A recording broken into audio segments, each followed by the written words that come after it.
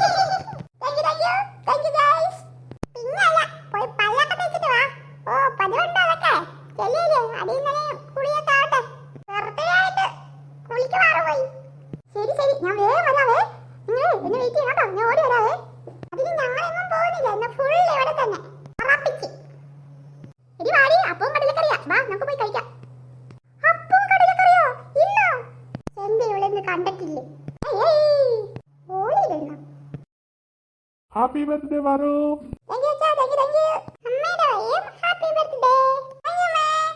ഇത് അച്ഛന്റെ വക സർപ്രൈസ്. ഇന്നല്ല പൊന്നിന്റെ ബർത്ത്ഡേ സൂപ്പർ ആക്കും.